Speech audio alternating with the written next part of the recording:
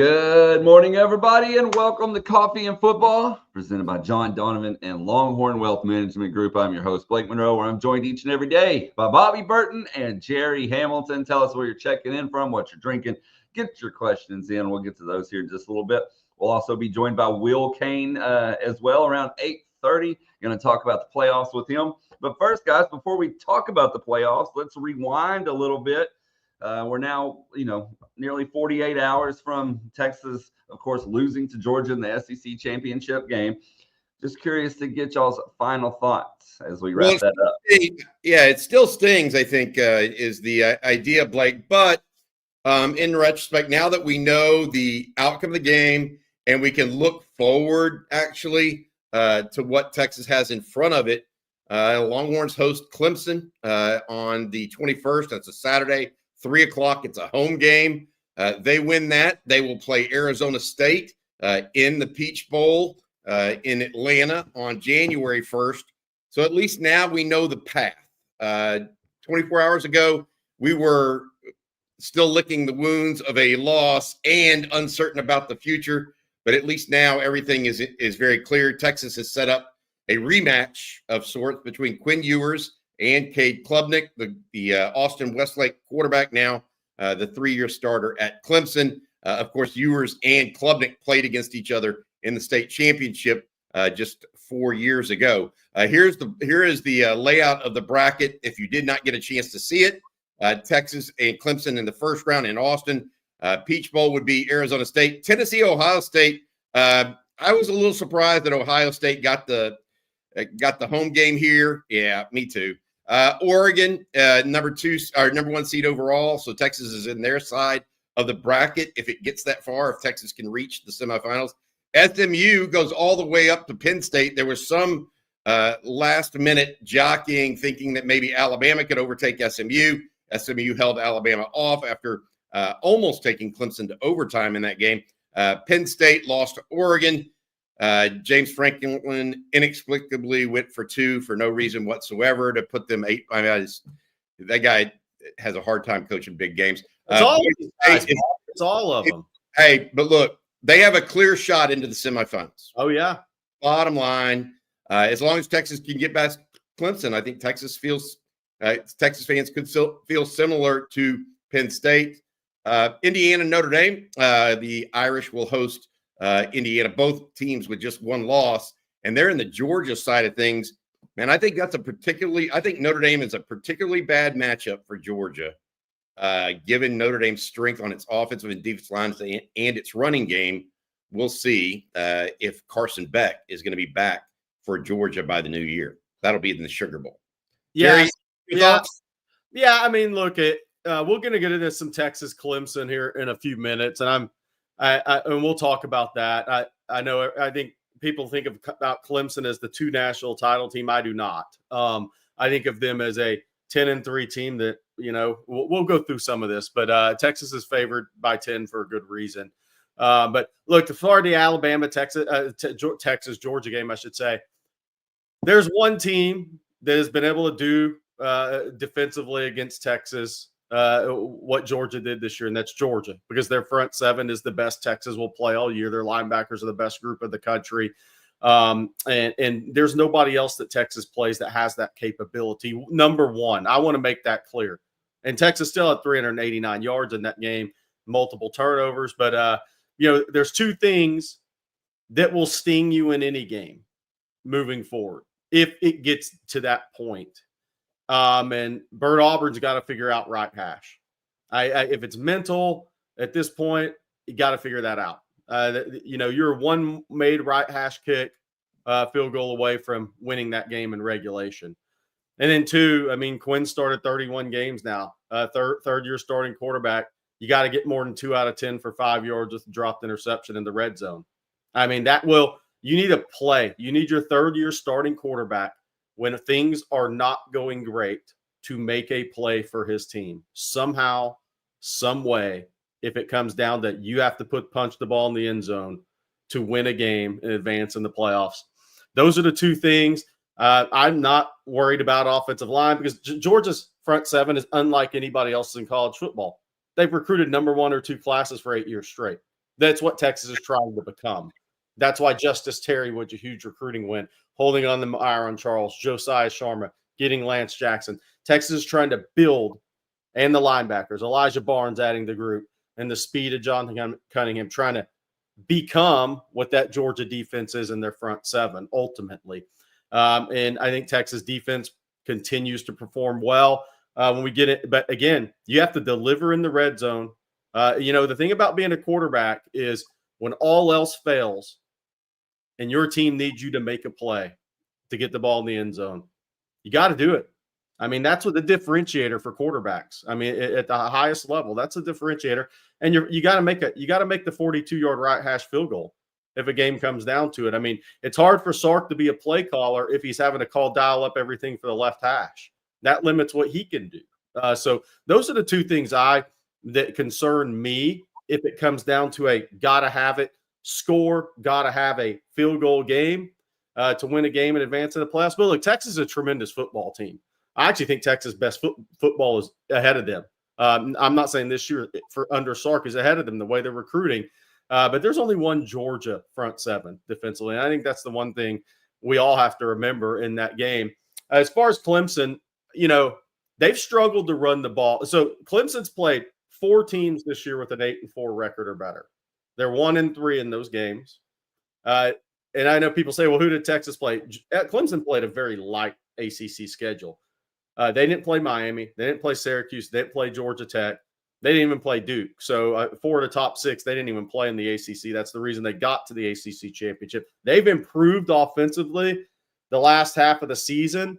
But look, they have not played a tough schedule in the ACC. Phil Maffa, their senior running back, has a hurt shoulder. He's not going to be 100%. But in those 5 games, the toughest 5 games they played, if you include Pitt in that, who's 7-5, the 5 teams that are 7 wins or more on their schedule, they struggled running the ball. I mean, Maffa had 16 for 59 against Georgia. That was a blowout game, though. Some of that was late. 17 for 17 against Pitt, 13 for 28 against SMU Saturday, 20 for 66 against South Carolina. And they had a big game against Louisville, but people ran the ball in Louisville this year. But I think the offense, Texas has an advantage, defensive line versus Clemson offensive line. Clemson's got some really good players on defense. It's not the same level of talent they had on their national title teams, where they had 4 first-round draft picks up front, 5, 3 on that first national title team, 2 on the second. It's not that level. Peter Woods is really good. The edge, TJ Parker, is a good player that's put up. And when you look at his stats, he has 11, and he's going to be really good. Don't get me wrong. He's like a top 75 player in the country. But his stats can be a little misleading because if you look, he said, he has 11 sacks. Well, 6 sacks came in 2 games. So he had 4 against Pitt in that game, which is big in that game. But Clemson defensively in the games against Georgia, Pitt, Louisville, South Carolina, and SMU, they average giving up 430 yards a game. So defensively, they're giving up about 65 yards more per game this year than 2023. Texas is a better football team, but you got to go out and execute and win the game. I want to add something to what Jerry said about the loss, if you don't mind, real quick. I think that maybe the most disturbing consistent behavior that is happening right now from the Longhorns over the last couple of games, or actually last 3 games, has been turnovers. While, yes, the red zone performance was not good. Jerry's right. Missing field goals, not good. Clearly. I mean, these are no-brainers. But I think Texas lost this game. They had 2 turnovers, actually 2 real turnovers. I don't count the Anthony Hill fumble at the end of the half as a real turnover. Texas had 2 interceptions for turnovers, had 2 issues against A&M.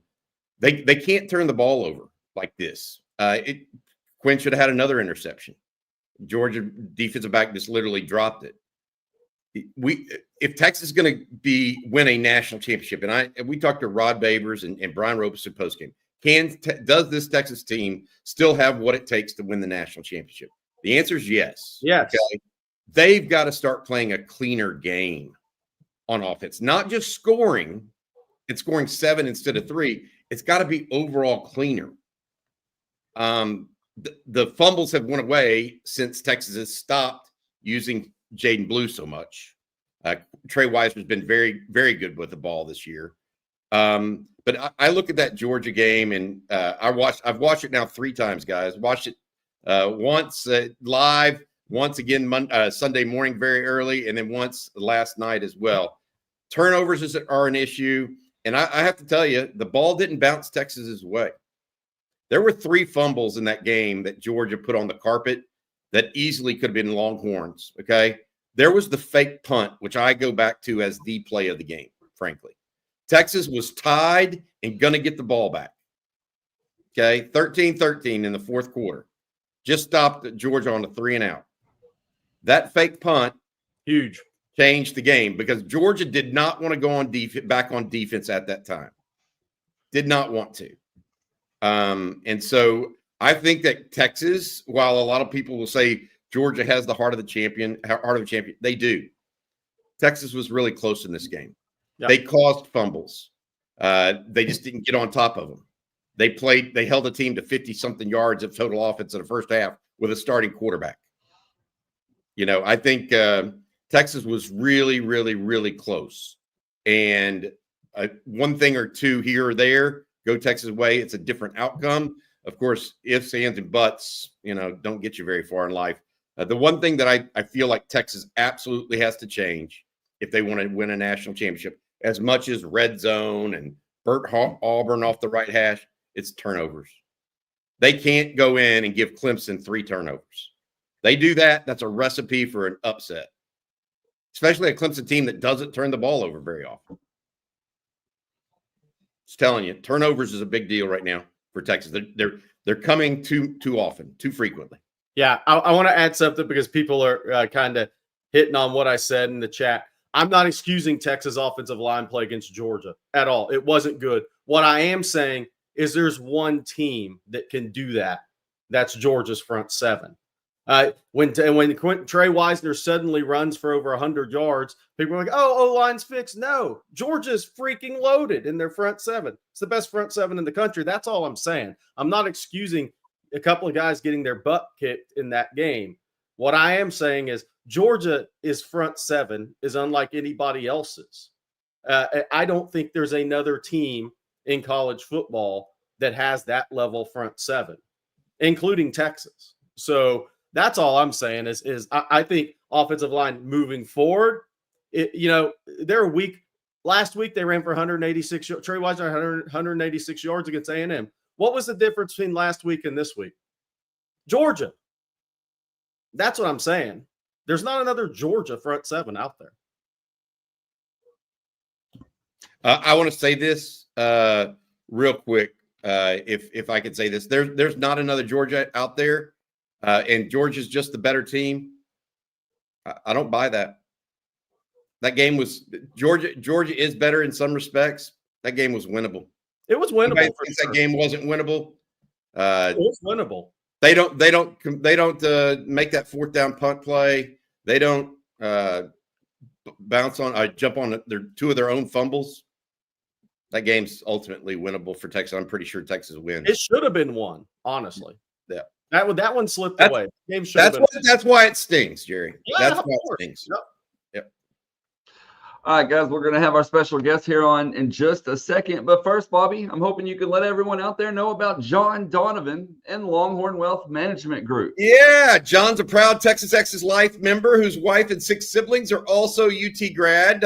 His family passion for UT is what led John to brand his firm Longhorn Wealth Management Group. After enjoying the great welcome party with OTF fans in Atlanta last Friday night, the Texas Exes of Atlanta just put on a great party there on Friday night. John was really disappointed, though, and frustrated with the Longhorns' loss to Georgia on Saturday, like we all were. The silver lining is the Horns rightfully earning the 5th seed and the opportunity to host Clemson in the first round of the playoffs.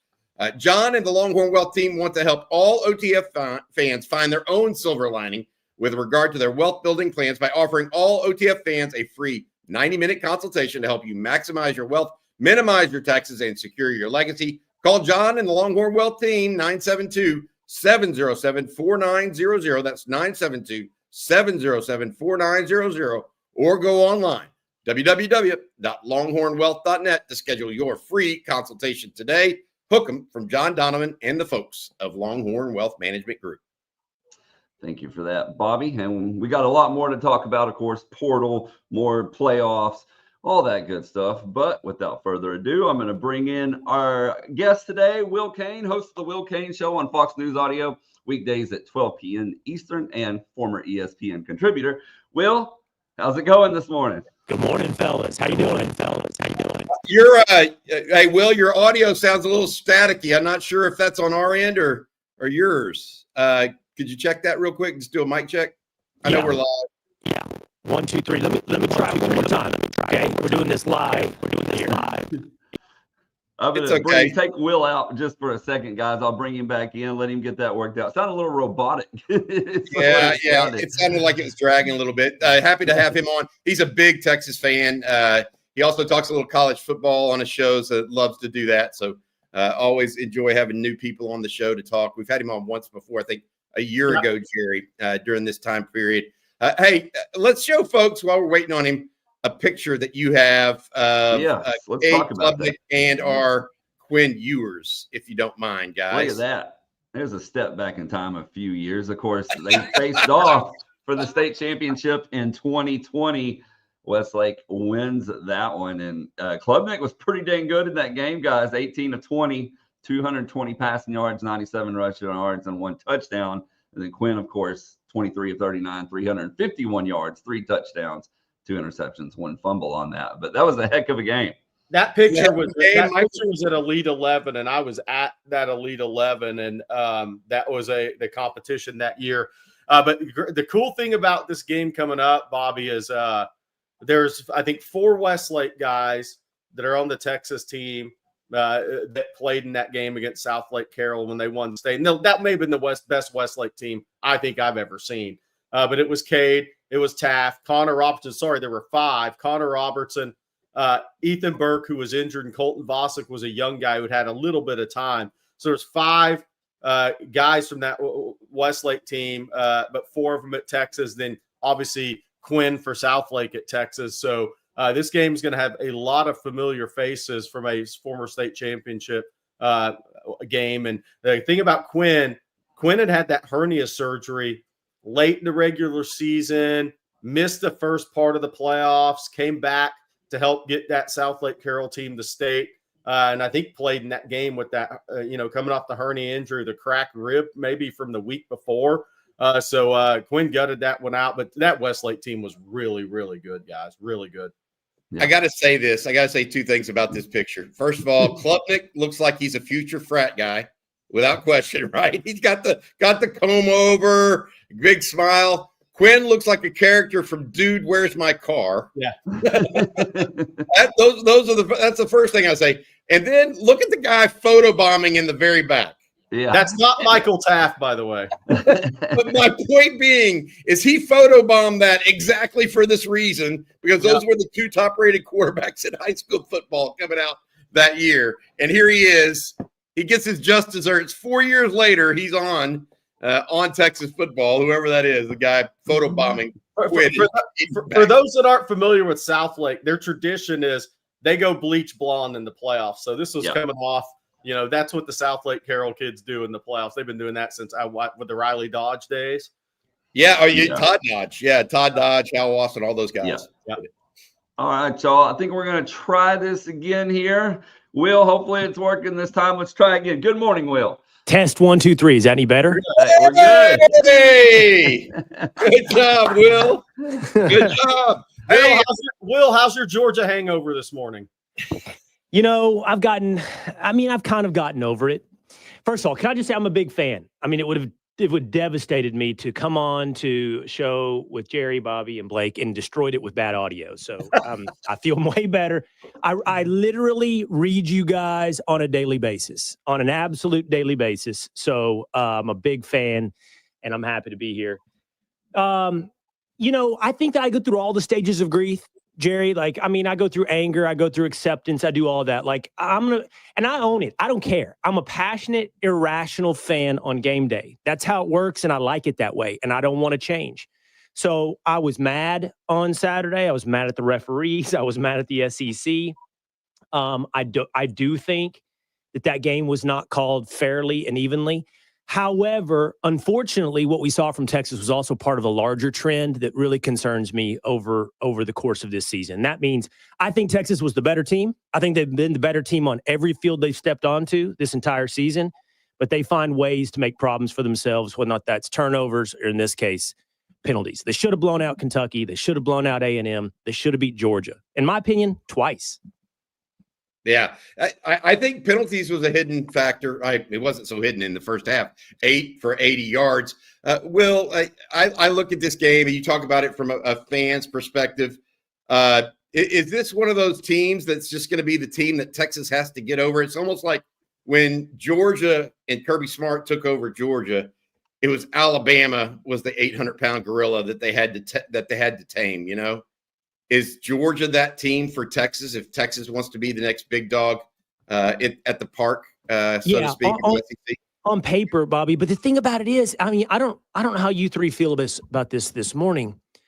There's one thing that is true. The Georgia defensive line has consistently given the Texas offensive line trouble. So that's like a real thing that they're going to have to figure out how to overcome. But I don't look at this Georgia team and go, I don't feel intimidated. It's not like the 800-pound gorilla to me. I know they've got the past, but I look at the team now and I'm like, I don't know why we're finding ways to lose these games. So yeah, I want to get over them, but I more feel like it's a thing that Texas has to get over within itself. And I don't want to put this on one dude because I don't think it's on one guy's plate, but I know Quinn played good in the numbers. I know his QBR and all that, his passer rating was good. I know that. But I still feel like when there's a play that needs to be made to win a game, he has something to prove to me, okay? And I'm rooting for him. I want him to. But I need to see big game Quinn for me to believe they can get over this hump. By the way, Clemson's going to be no pushover. You know, I watch a lot of Clemson. I don't know if you guys know this. You got family, right, Will? Yeah, I watch a lot of Clemson. So you guys probably remember my nephew because you guys are all plugged in on Texas recruiting. But my nephew is Harris Sewell from Odessa, the offensive lineman. And I really tried, guys. I promise you, I tried. And he liked Texas. He did. And it was, I can confidently say, probably top 3 when it all came down to it for Harris. But he was won over by Dabo in the family atmosphere they have. But I watch Clemson a lot is the point, and they've gotten better throughout the season. And you were talking about a minute ago, Cade Klubnik has gotten a lot better throughout the season. Yeah, he may be the best quarterback Texas has faced this year, by the way, guys. Straightforward. So that's one of the things. Another Texas player from Midlothian, Bryant Wesco, is probably emerging as their top receiving threat right now. You mentioned Clemson, and you've watched them. What about their defense, Will, if you've seen them play a bunch? A lot of people – I have not watched Clemson as much as you have probably.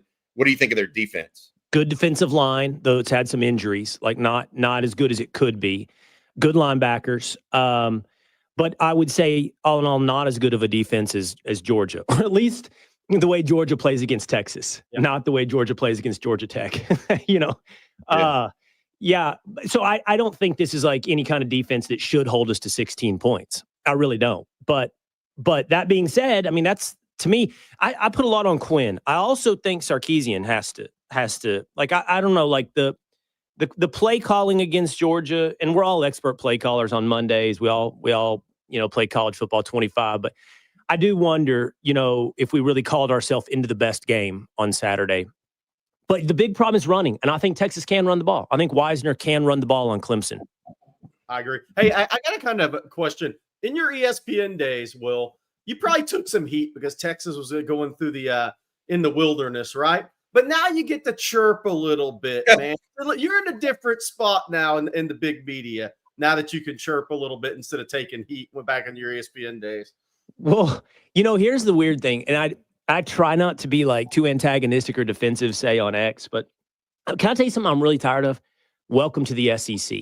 Like, what does that mean?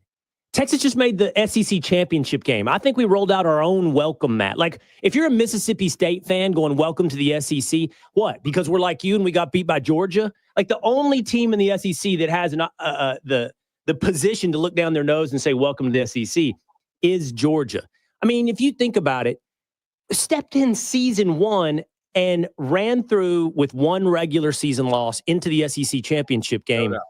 I mean, yeah, I got a lot to chirp about, and I really don't want to hear about this. Oh, and everybody said it going in. You guys are going to get destroyed by Georgia. One thing I can say, we definitely did not get destroyed by Georgia. I'm not proud of that because I think we deserved a W. We should have got a W, but we belong in the SEC.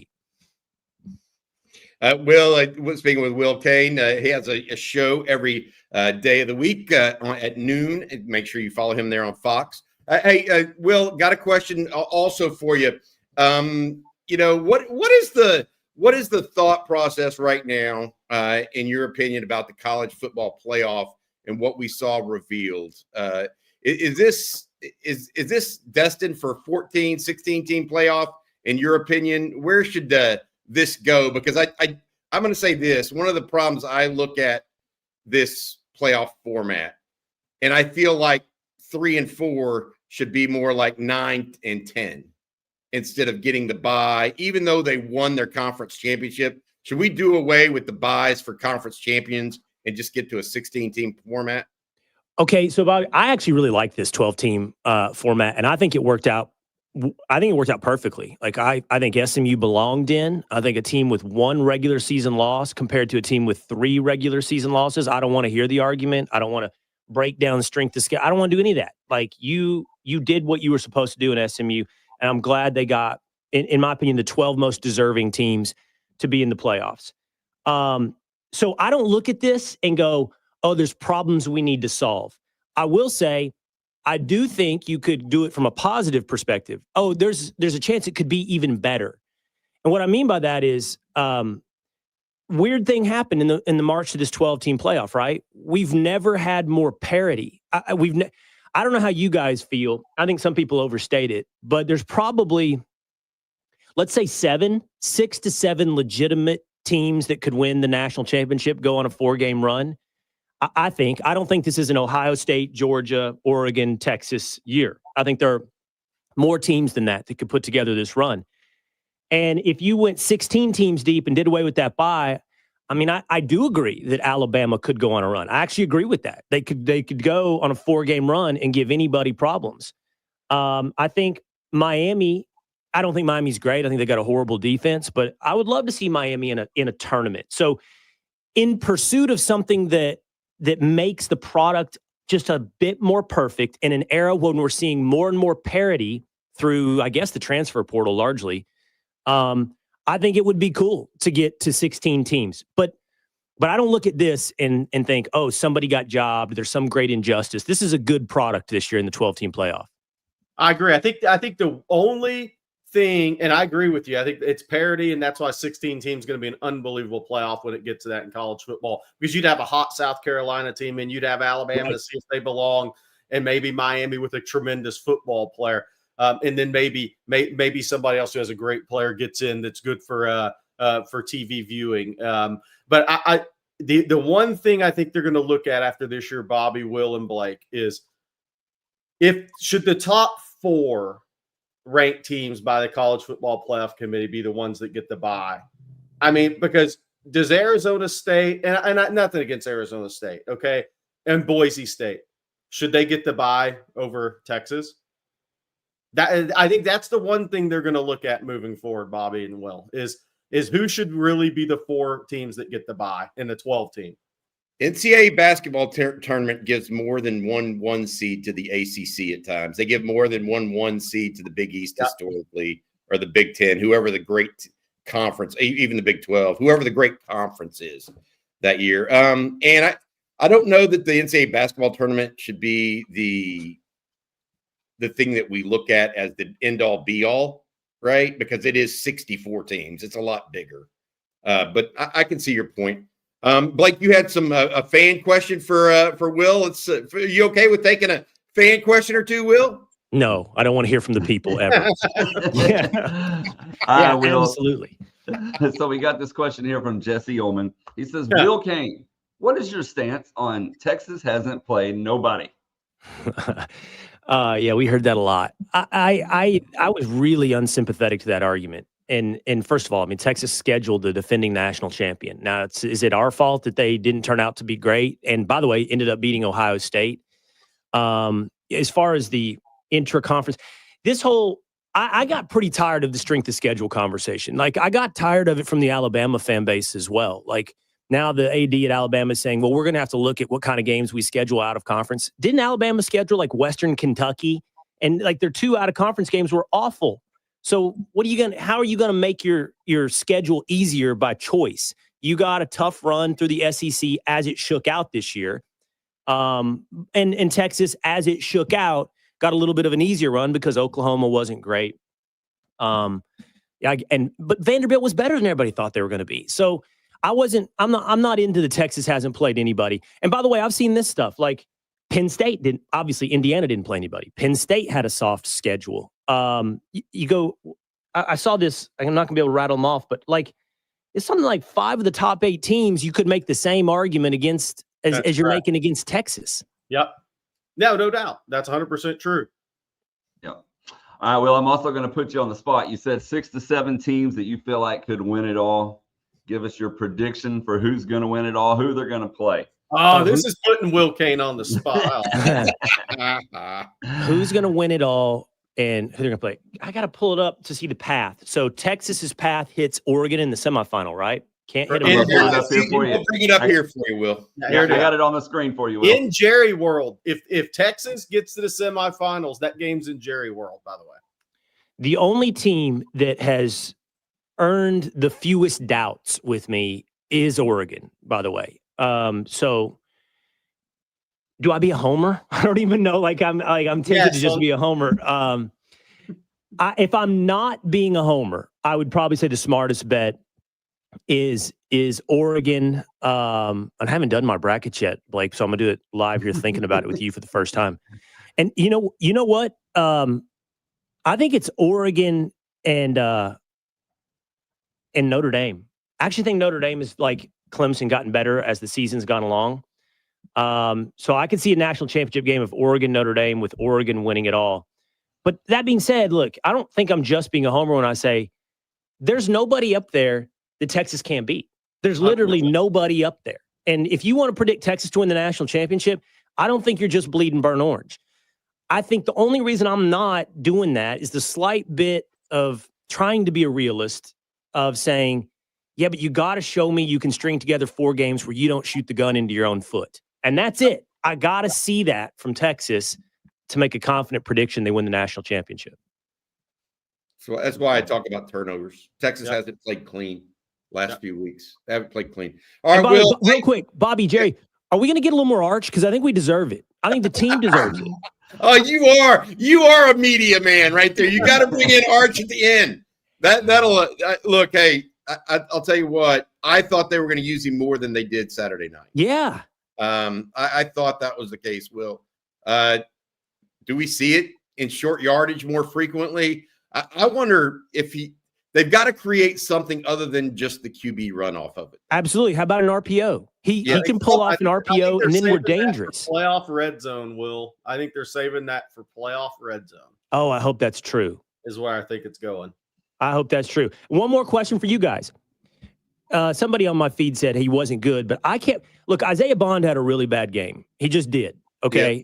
And I think Ryan Wingo is just an absolutely phenomenal talent that should not be on the sideline.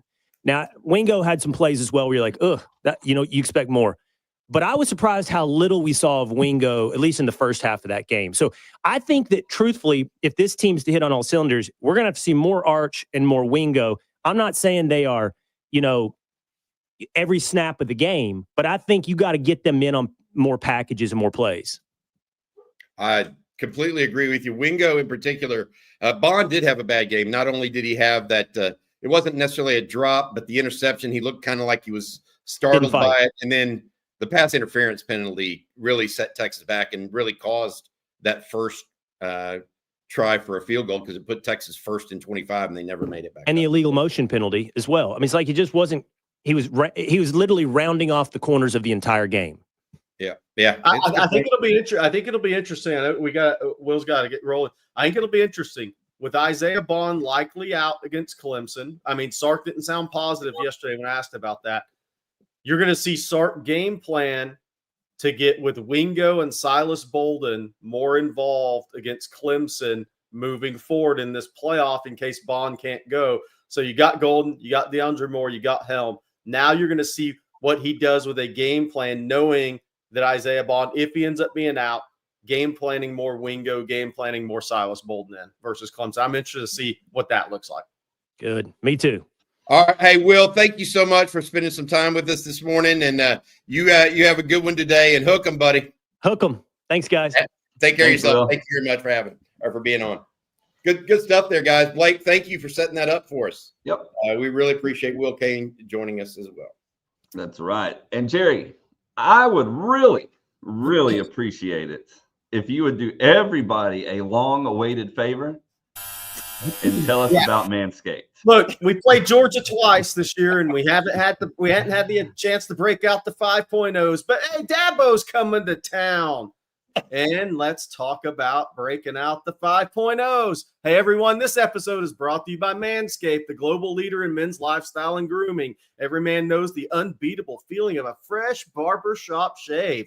Now, what if I told you no longer have to wait weeks or even months between appointments to experience it? Introducing Manscaped's latest release, the Chairman Pro Package. This only goes out to the number 5 seeds, not the number 12 seeds. This all-in-one set includes everything you need to recreate the luxury of a professional shave right at home or in your car if you're like me. Whether you're after that daily silky smooth finish or prefer a maintained rugged 5 o'clock shadow, the Chairman Pro Package has you covered. Head over to manscaped.com and join the over 11 million men worldwide who trust Manscaped by using code ONTEXAS for 20% off plus free shipping. Look, the Skin Safe Stubble Trimmer for when you want to keep a bit of that rugged look. I'm not rugged and I ain't tough, but I like the look, and that's what I use. Skin Safe Stubble Trimmer. Again, go to manscaped.com on Texas all caps for 20% off plus free shipping. It's Christmas season. Somebody needs the gift. Give them the gift of looking good. Oh, man. Everyone loves those reads. And let me tell you what I love, guys, and that's Factor. You notice how the days are shorter, but your to-do list aren't? You can power through your busy days with Factor's no prep, no mess meals. From breakfast to dinner and anything in between, Factor has easy, nutritious options to keep you fueled and feeling your best. Don't let shorter days slow you down. Stay energized with America's #1 ready-to-eat meal delivery service.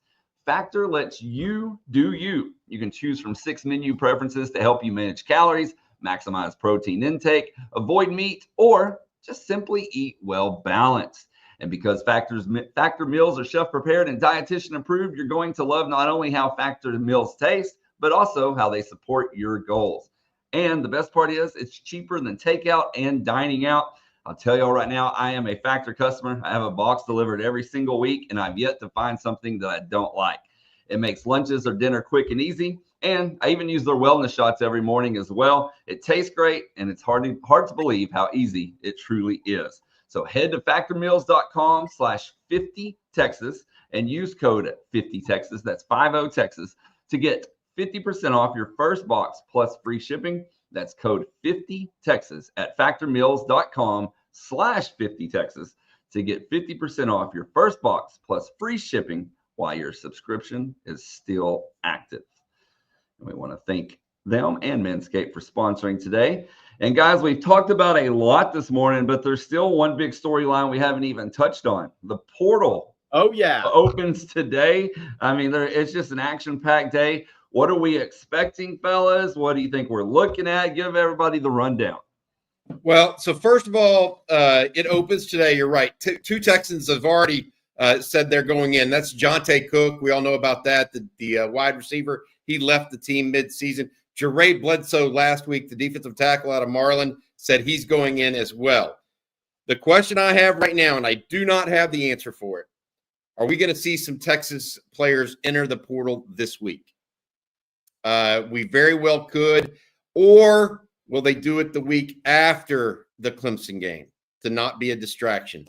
I do not know the answer to that at this point in time. straightforward with everyone. Okay.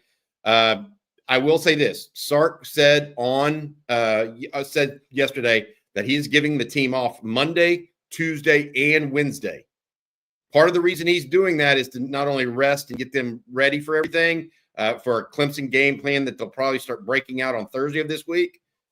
It's so that there's some time for conversations to be had, both on outgoing players and incoming players.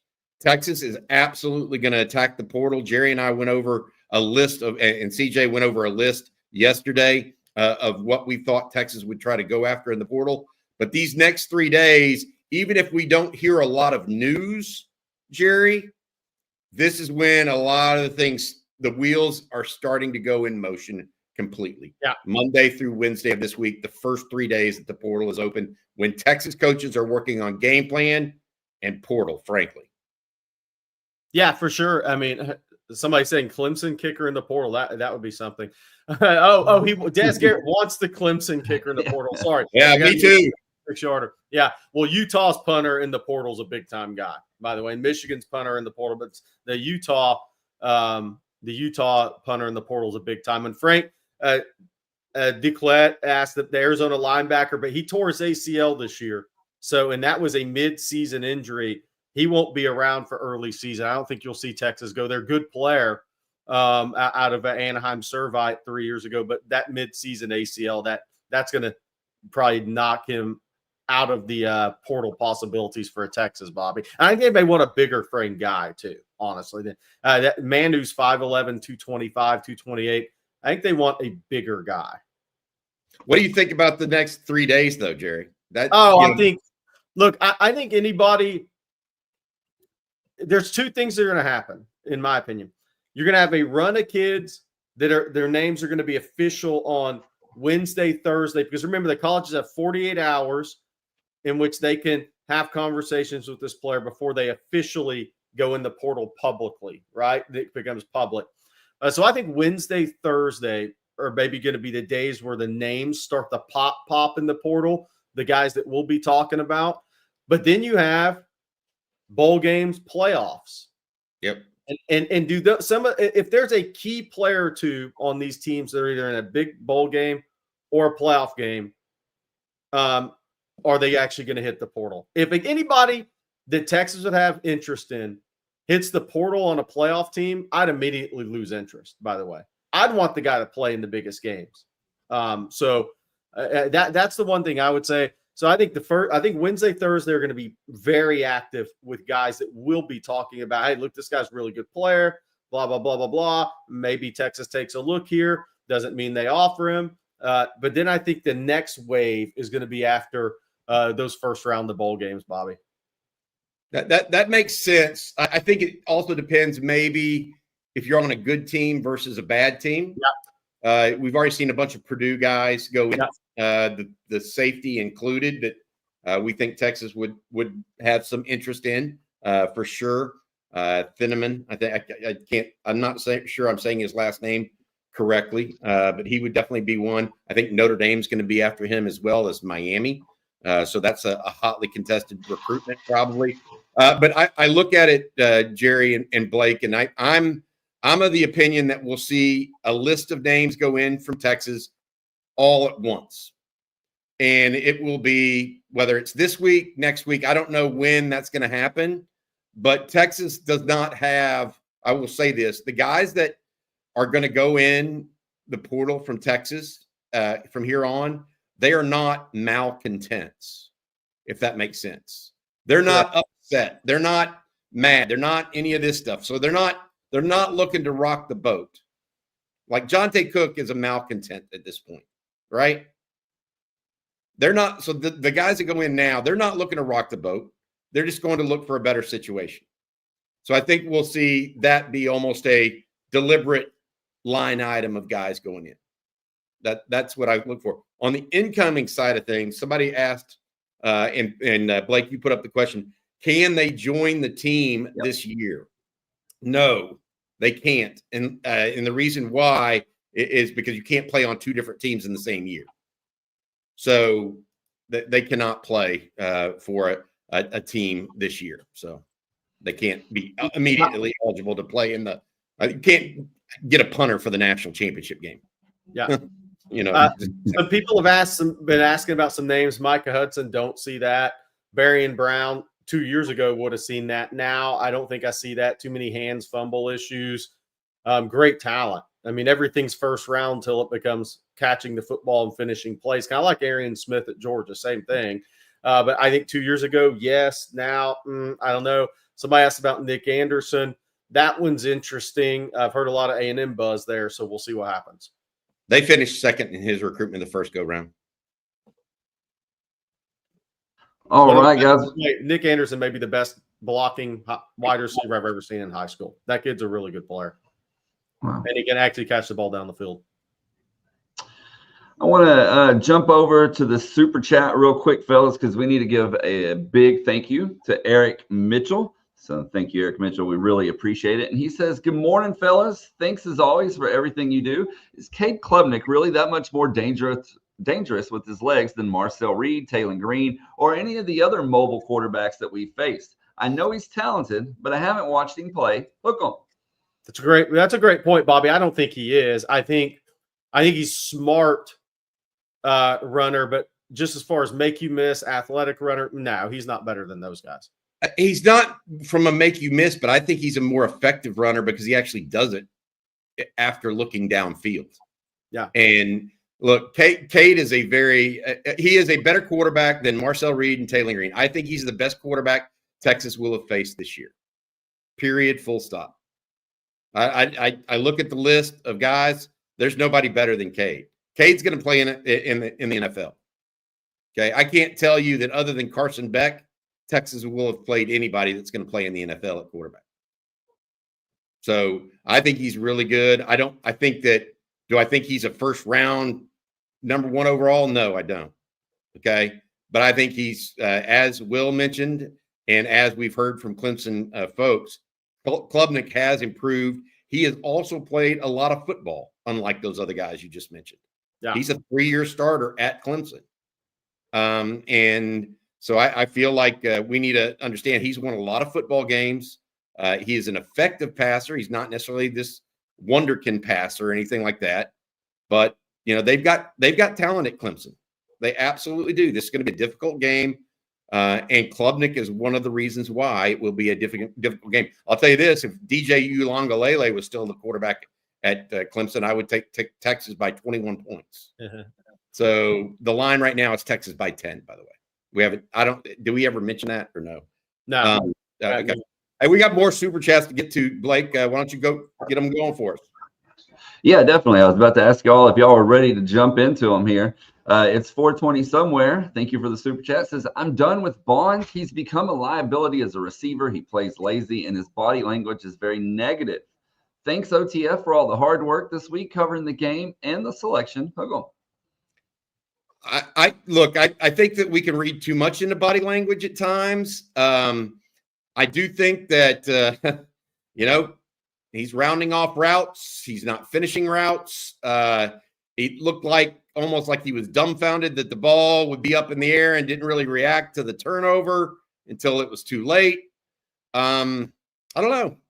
I don't know if I'm completely done with him. I don't think Sark is, or else he wouldn't be out there playing. I will say this, though, Jerry, you mentioned that he would be out for Clemson most likely. I don't know about that. I would say this. He was in a boot after the game. He got his ankle rolled up on, as Sark mentioned in the yesterday afternoon.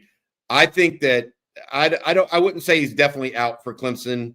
But what does he give you that Ryan Wingo doesn't at this point? Or Silas Bolden. Yeah, Silas Bolden. By the way, when you said his name, Jerry, earlier, I was just like, sign me up for that. Yeah. I mean, Silas Bolden deserves more reps after what he did. I mean, yeah, the key with a guy like Bond is if you have a hitch in your giddy up and you're not 4.28 and you're 4.5, 4.55, and you do round off routes, but you can't plant cut the same, you're not nearly as effective because your elite trait is gone. And that's the issue. His elite trait right now, he's got that hitch in his giddy up, and now it's going to be worse because he got rolled up on bad. I don't know if people didn't see that play. So even if he can try to go against Clemson, it's not going to be close to 100%. And Sark even kind of mentioned it. By the way, Kelvin Banks' update was interesting yesterday from Sark. And I'm not alarm belling anybody, but I'm just saying what he said. Somebody asked about Kelvin Banks. He said, I don't know. And that wasn't really that didn't give me a lot of confidence that Kelvin Banks would be back for Clemson, Bobby. I'm not saying he won't, but Sark's he's pretty transparent with injuries. He said, I don't know. CJ was down on the turf pregame, and he said Kelvin Banks was laboring on that ankle. Mm-hmm. And it was clear he was not going to go at it. Brandon Benavides, do y'all think Bond's stock is dropping of late? Yes, but the question is, to Jerry's point, if you've got a lower leg injury and you're 4.28 and that's what you do, at what level 4.28 and 4.5 are very different. And I think that's a big question mark.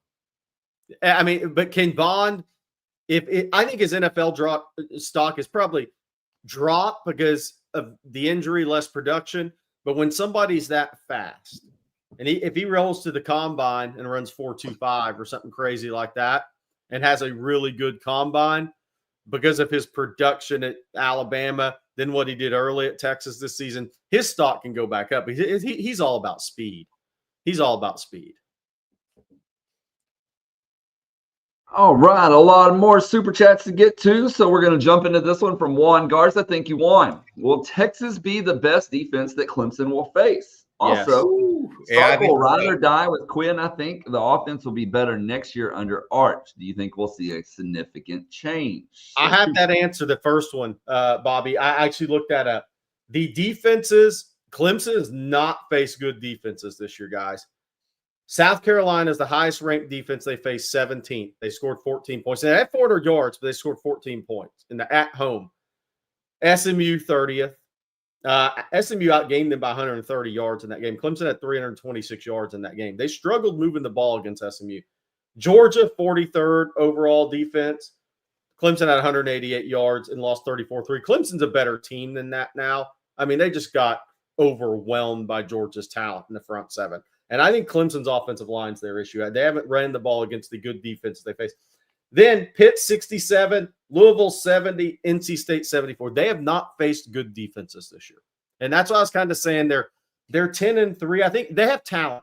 The Dabo's recruits well. It's not the same level of defensive front seven talent they had on those national title teams. Peter Woods is a draft pick. He may be a second, third round guy. He's a good player. Freshman linebacker Sammy Brown's got a chance to be a good player. The corner Avion Terrell is good. The sophomore edge TJ Parker will be an NFL draft pick. They just don't have. Clemson can't overwhelm you anymore. But defensively, that Clemson has not faced high-end defense like Texas this year. Not even close. South Carolina's got the edges that can give you problems, but defense as a whole, no. And it's hard to go back to game one when they played Georgia. I mean, they had 188 yards and they just got overwhelmed. So I don't know if that's a comparison because Clemson's better now than that, obviously. But I'm not sure Clemson's offensive line handles good defense as well.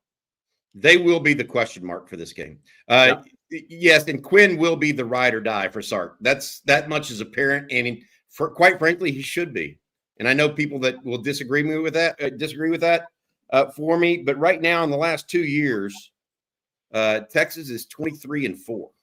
Yeah, I mean, come on. I mean, get a reality check at some point. Are there elements that Arch Manning could bring to the table? Yes. Should Sark perhaps use those elements? Yes.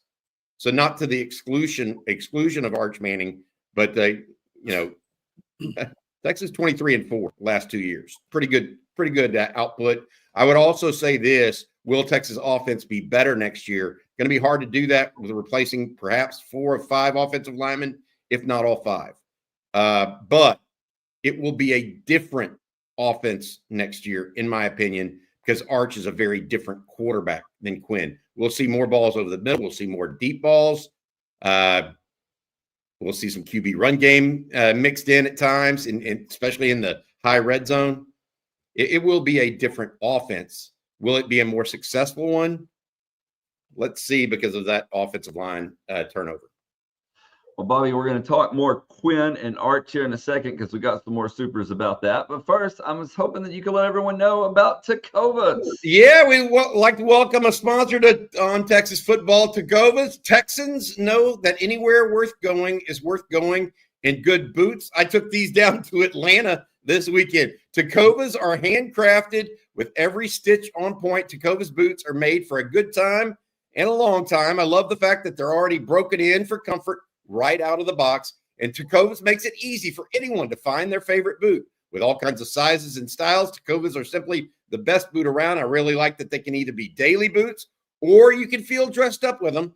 Right now, get 10% off at tecovas.com. It is Christmas time, so don't forget, use promo code Texas Football. That's tecovas.com/Texas Football. When you sign up for emails and text, you'll get 10% off. That's right, 10% off. TECOVAS.com/Texas Football. With Tecovas Best in the West guarantee, you can get free returns and exchanges for 30 days. That clears you through the holidays if you want to try them out for a Christmas gift. Tecovas.com/Texas Football. See the site for more details. Tecovas, point your toes west. Love me some Tecovas, and also love me some Public Rec. Jerry Hamilton, tell us about them. Yeah, look, I totally agree, and I'm excited about this read because this is me. Let's be real, guys. Wearing dress pants sucks, and I hated it when I did a lot of TV stuff.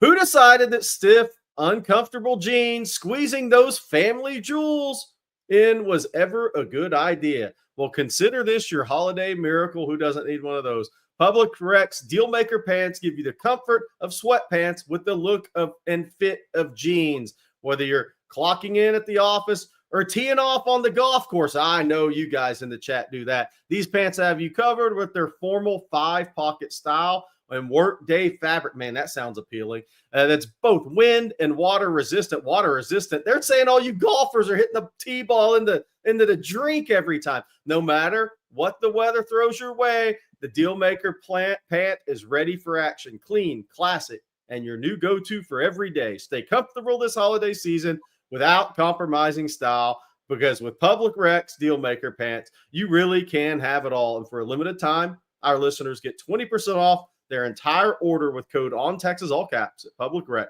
That's 20% off with code ONTEXAS at Public Rec.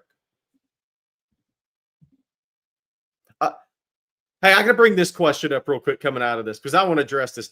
John said, why did a few ESPN writers have Arizona State beating Texas? They really threatened. I personally have not seen that. Those guys are crazy. Next question. All right, next question. Okay, here's the next question. I missed the CFP ranking. Did OU or A&M make it? No, they didn't. They didn't, Jerry Jackson. Did A&M finish in the top 25, though? Because that's like – I don't think I'll look that up, and in the meantime, I'm going to go back to Arch and Quinn for a second, let y'all talk about that, and I'll have the answer by the time y'all are done with this one.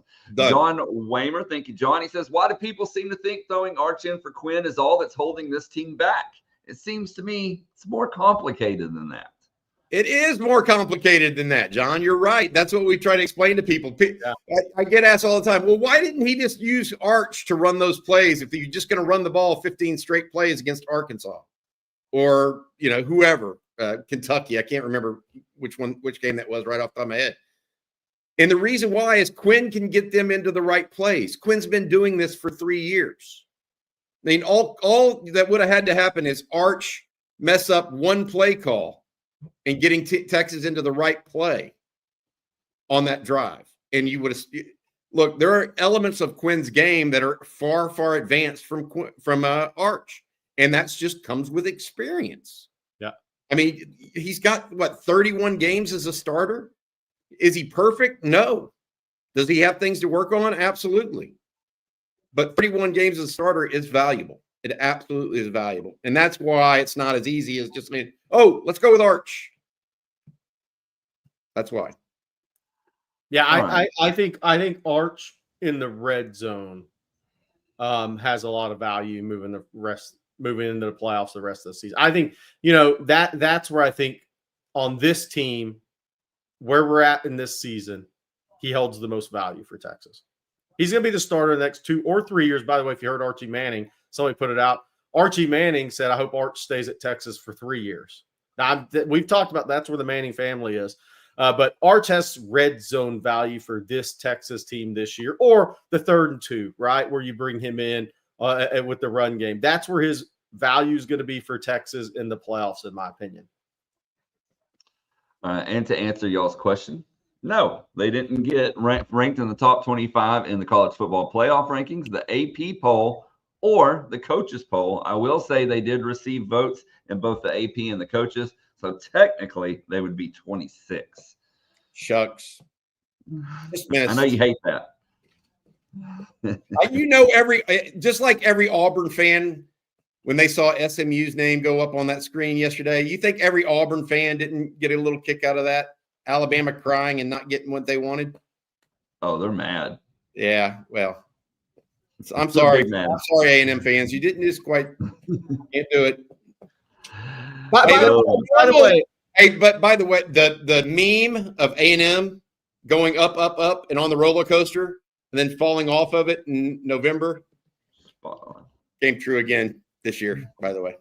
By the way, Alabama fans have nothing to be mad about. You can't get blown out in Norman in mid-November and have anything to complain. If they had lost that game on a last-second fluke play or field goal, you'd have something. They got blown out in Norman by an Oklahoma team that couldn't score on, I don't know, Ardmore High School most of the season. All right, our next super chat here from Brandon Morgan, speaking of SEC teams. And he said, I really wanted to be the SEC champs in our first year, but the fifth seed is a good spot. I also think that Jade won the Thorpe Saturday with that pick. I tend to agree with that. I think the 5th spot is great for Texas. I mean, look, would you prefer to have SMU over Clemson because Clemson has a little bit more championship DNA and has played in bigger games? Probably. But this isn't also like we said this. They're not the national championship roster that they were. They have good players and they can beat you if you play bad. Texas is the better football team. But it's a great draw for Texas. You're hosting a game, which Vivo Boulevard should be absolutely jacked for this game. Everybody's favorite portal Joe Dabo is the coach, and good dude, but still. Then you have Arizona State in the Peach Bowl in Atlanta. It doesn't get better for this, for Texas. I mean, if you're the 2 seed, sure. But here's the question. If you're the 2 seed, your second game would be Notre Dame. I get it. You have a harder first round game and an easier second round game. And then if you win the first 2, you're playing either Ohio State or if Ohio State beats Tennessee, Oregon or one of those 2 teams in Jerry World. I mean, it's like it's a great draw for Texas. They just got to go get it done now. And by the way, I want to say this on Oregon. I do think this thing's wide open, and I respect Oregon's speed and their Dylan Gabriel's ability to execute. But they've played 3 teams this year in the college football playoff. Boise scored 31 on them, and Janty had 192. Ohio State scored 31 on them, or 32 in Eugene. And Penn State, who struggles scoring against anybody, had 37 and 520 yards Saturday. Oregon is not some unbeatable 12-0 team. They have defensive issues that may pop up in this playoff. Before we move on to the next super, I want to say Jarrett Munger, nothing was attached to your super chat. If you'll put it in normal, we will fix that for you, and we really appreciate that. And then Archmania says it took Kirby a few years to dethrone Bama. I don't think it'll take Sark in Texas as long. What other key pieces do we need to be complete? That front 7 of Georgia, you need to get closer to it overall. Size, speed, talent up front. I think it's happening at linebacker and defensive end. Yep. I think they're going to have to do patchwork on the defensive tackle because that is the one area they did not get. Right or wrong, Bo Davis did not recruit well overall at Texas. For whether it was Bo Davis's fault or NIL or whatever, They didn't get the numbers at defensive tackle, so they're going to have to backfill. If they do that well, I think they're going to be going forward really, really well. I also want to see some more ball hawks in the secondary out of the younger guys because they're getting ready to graduate in the secondary. I do want to mention this. They asked about Jahdae Barron and the Thorpe. The previous question did. I think it was Brandon Morgan. He may have won the Thorpe with that pick. He really would have won that Thorpe with a pick 6. I just want to put that out there. Also, Malachi Starks did not necessarily look good in that game either. He got thrown over. He's the one that got beat by Matthew Golden deep on that route. He just didn't get over in time. So I don't know who's going to win the Thorpe. I thought it was nice that Xavier Worthy had a Thorpe Award candidate shirt wearing in the pregame for the Kansas City Chiefs yesterday, supporting Jahdae, though. I thought that was good. And then our next one comes from Matt Hanley. Matt says Sark has a Kirby problem. Do you think that's true, guys? Not really. Not really. I don't think so. Yeah, I mean, Kirby called a 4th down fake punt and had a backup quarterback come in that could run that Texas wasn't prepared for. Kirby had 2 guys fall on footballs after fumbling.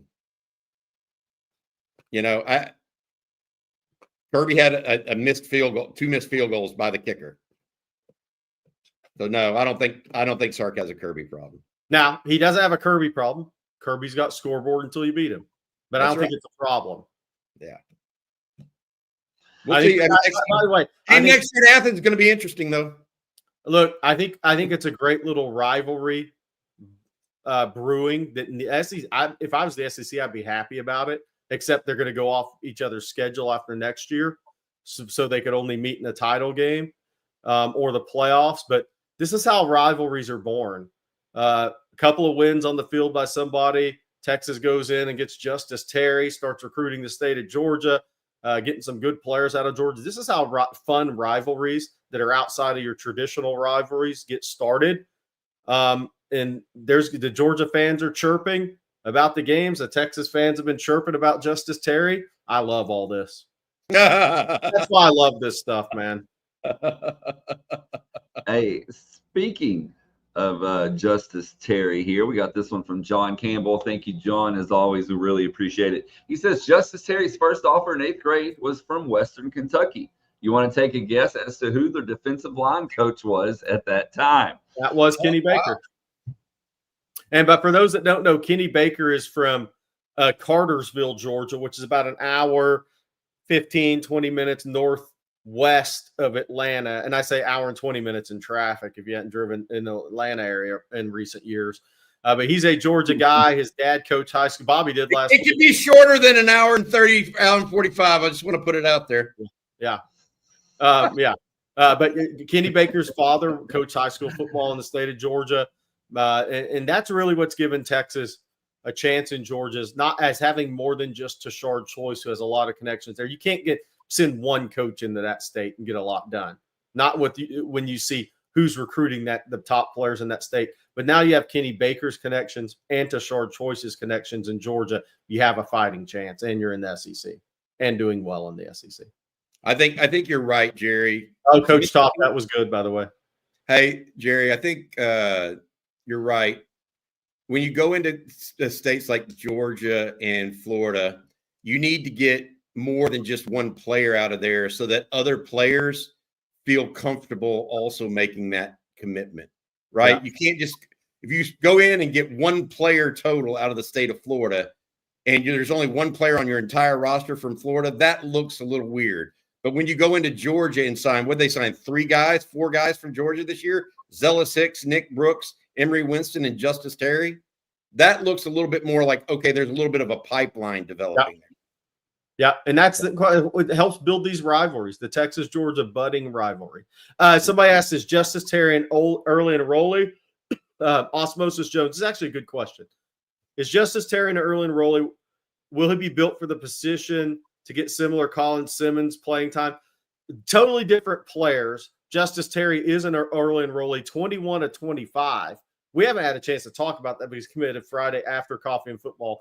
But 21 to 25 signees are early enrollees. The only ones that aren't are Grayson Littleton, which I thought he was thinking about. Maybe he just didn't get the credits that he needed to make the last couple of classes. Devin and Jordan Coleman and Nick Townsend. So the other 21 are early enrollees. Justice Terry is a 5-tech right now. It'll be a 5-tech, 3-tech long term. Bobby, you saw him in person, 6'4" and change, 270, 275. He has the 80-inch wingspan, 10-inch hands. He's got all those features. But he'll play, but he's also being asked, there's a big difference. You're going into the SEC to play in the tackle box, inside the tackle box. And so he is strong for his age. People have seen the photos, but the spring will be huge for him. But he's not the edge pass rush guy that Colin Simmons is, for those that haven't seen him. He's more of that 5-tech that long-term will be a 5-tech, 3-tech as he gets closer to 285, 290 pounds. All right, we're going to go Hell back of a talent, by the way. Hell of a talent. Everybody that covers Georgia compared him to a first-round pick. There you go. Trace Little, as we go back to Quinn talk for a second, says, is Quinn really an NFL QB? Yes, but I don't think he's a starter out of the gate for sure. He's got to learn to handle the blitz better, and learn to step into throws still. But I do think he's an NFL QB. Is he a starter right now? No, he's not ready for that. And I think Quinn could use another year of physical maturing. I mean, he really is just now a year and a half into physically getting after it in the weight room. He's got 2 more solid years of really building on that, in my opinion. All right, guys. Our next one here from Bevo72, and I haven't heard anything about this, but maybe y'all have. Thank you, Bevo72. Is it true that the SEC has suspended the officiating crew that called the game Saturday? I have not heard that, and I would highly doubt it. I mean, I would highly doubt it. Yeah, I'm gonna look that up for a little bit and just see if we can find anything on it, and we'll circle back to that if I do. Antonio Harris says we need a Milroe package they switched to on defense. You know, this is kind of what I thought. Rod brought this up. I talked to Rod yesterday a little bit. He thought Texas was slow to change its defensive style when Gunnar Stockton went into the game. And I agree with him. A little bit slow to react to that. Stockton, I think, ran for 4 first downs on Saturday, by the way. His legs were the difference in that game at some level. Texas was surprised by it. Even in overtime, that big hit by Andrew Makuba was a first down run, a quarterback draw. I mean, when they went 5 wides, it was either a quick pass or a quarterback draw. I just don't think Texas was necessarily prepared for it because they hadn't seen that from Georgia and Carson Beck all year. But so I think that Texas has to be a little quicker in the future, and whether it's a Milroe package or whatever you want to call it, unless you're talking about a Milroe package using on offense and using Arch Manning in that position, but I don't know. I don't know about that. Texas doesn't have a lead blocker right now from one of their running backs. You're not going to use Jaden Blue or Trey Wisner necessarily as a lead runner like Alabama does with some of its backs. And by the way, no, I cannot find anything on that Bevo 72. So I think that's an internet tall tale. We'll chalk it up to that for now. All right, Justin Yarbrough says there was one play that sums up the O-line play on Saturday. DJ Campbell pulled to seal the backside, and 32 of Georgia stopped DJ in his tracks, and Wisner only made it to the line of scrimmage.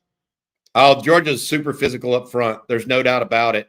Texas had some success in the running game in the second quarter when Georgia went to a light box. The minute Georgia did not play a light box is the minute the run game was over, and Texas didn't do enough in the passing game to thwart that. Yeah, I mean, they ran the ball on Georgia in a light box. You go back and look at it.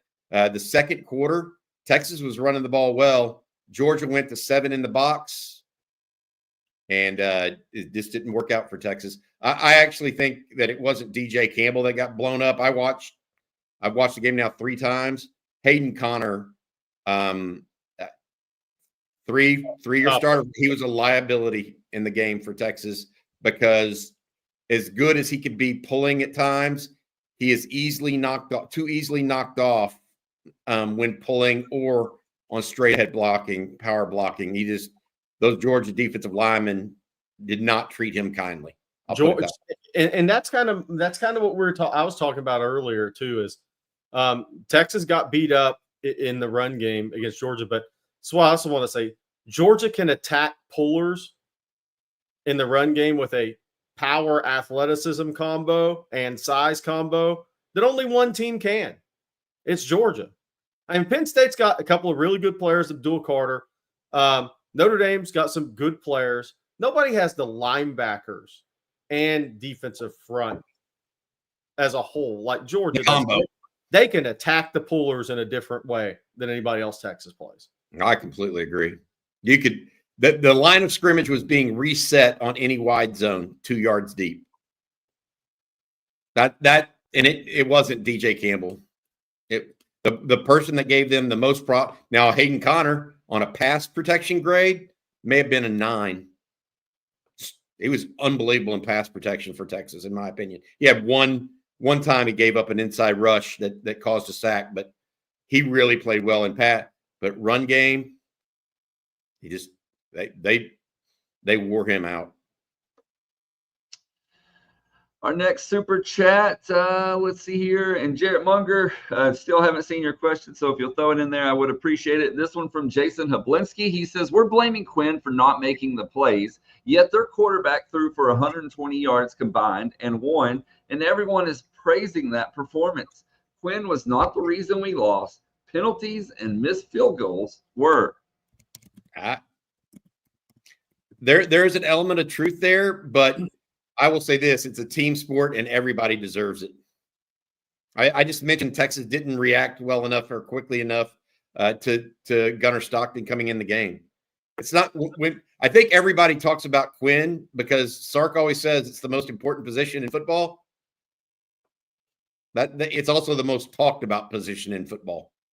I don't think anybody says Quinn Ewers is the only reason Texas lost that game. If they do, they're categorically wrong. And I'd fight them, word for word on that. Quinn is not the reason Texas lost. Right. His performance in the red zone may be one of the reasons Texas didn't win. His performance between the 20s and early may be one of the reasons why Texas was in the game in the first place, too. Though. Really good. In the last 2 weeks, he's thrown the ball outside the numbers down the field better than he has since Michigan. I think the thing, though, is when you get into third-year starting quarterbacks and you're on really good teams, when it comes down to scoring touchdowns, more is put on those guys' plate because they have experience. When a team needs a play, who's asked to make the play?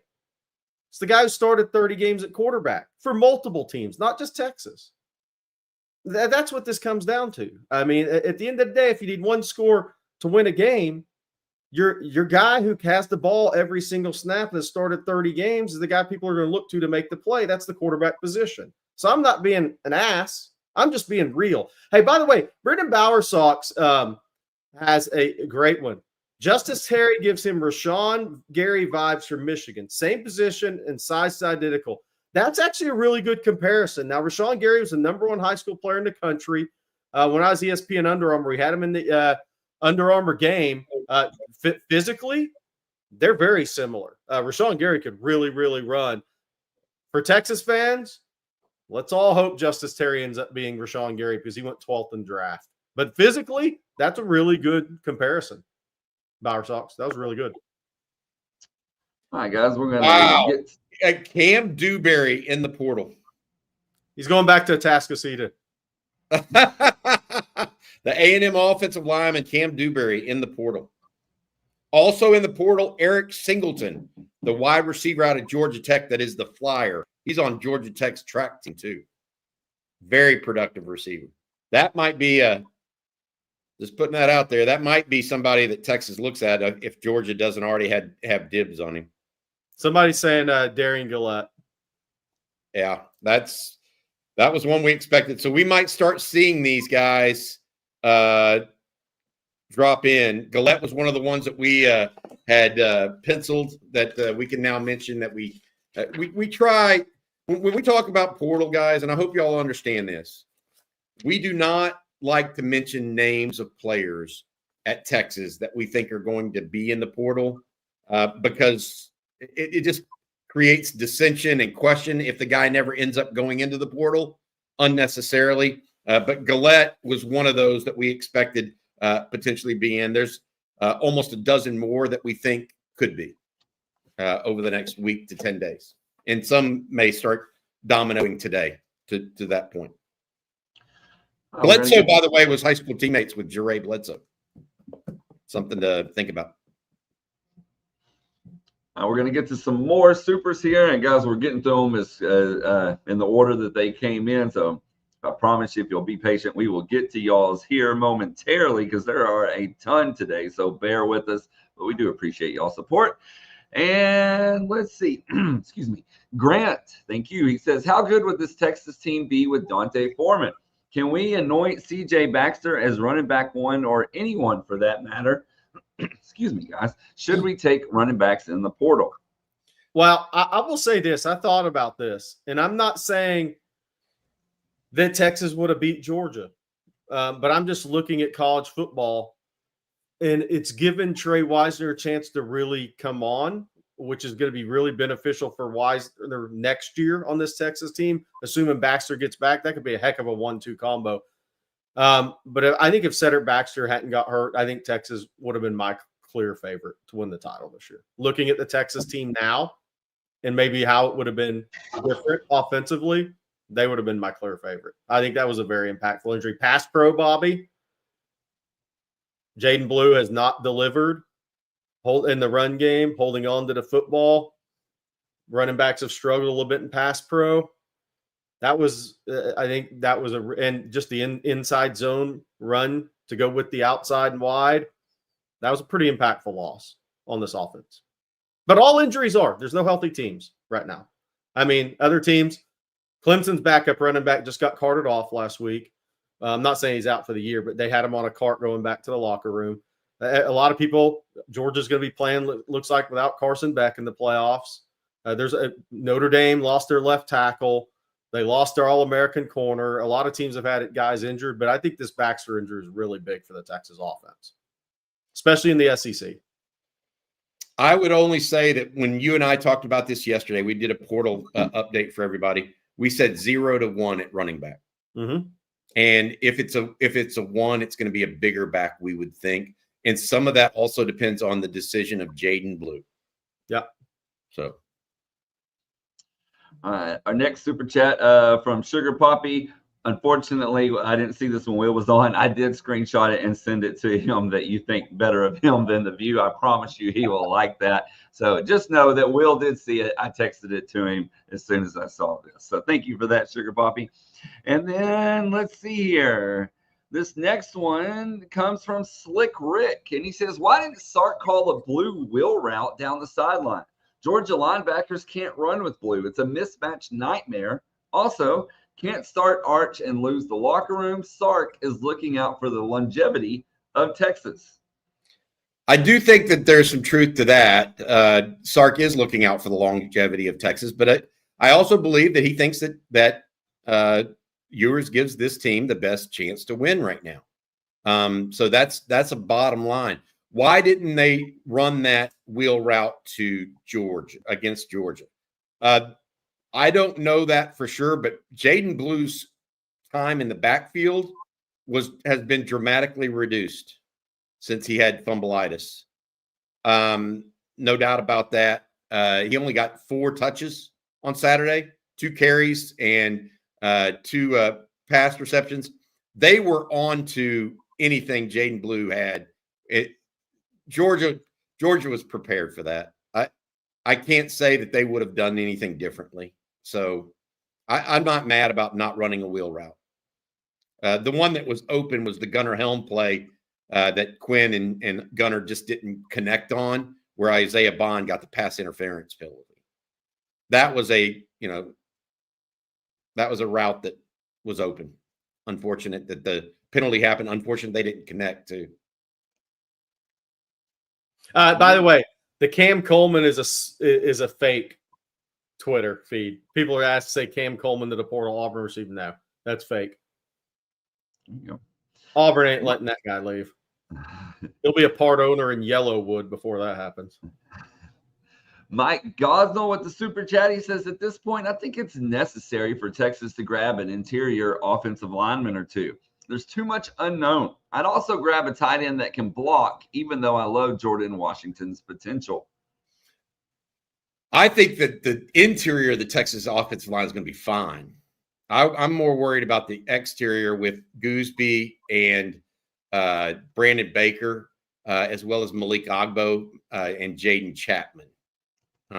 But, you're not going to find a lot of offensive tackles. But I'm fine with the interior of the Texas offensive line, Jerry. I think there's actually more talent there in whole than there is on the exterior.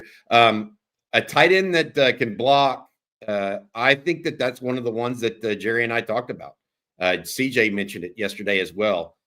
We had tight ends, and we're going to create a graphic for you guys to give you a sense of what we think Texas is after position by position. We said tight end 0 to 1 at this point on number of tight ends. Now, if Amari Niblack were to leave and go to the portal, I think that number may change. But for right now, 0 to 1. Somebody asked about who was that asked about in the portal? I wanted to comment on. Hold on, let me go up here and find this. Cam Dewberry, no, that won't happen. He pretty much got him. Oh, Mark E asked about Kendrick Law. Kendrick Law, really good player. Texas finished top 3. Texas liked him as a safety. He wanted to play receiver, went to Alabama. I'd be surprised at that one. That has the makings of a Tulane type guy. Yeah. Oh, I need to comment on this. Quick thoughts on UConn yesterday, Jerry. That was Hurley and his group are great offensive coaches. Texas is going to have to improve greatly on offense. They have to cut with purpose. They got to move the ball better. You're not, and coming out of the second half, I mean, I guess RT said our defense got to play better. No, I mean, UConn's going to score 75 to 80 points on everybody. They're great offensive coaches. It's not about your defense. You have to be able to score the basketball. You lost because you scored 65, and they scored 76. You got to be able to score the ball. You got to run offense with purpose, not without purpose. Guys have to cut harder.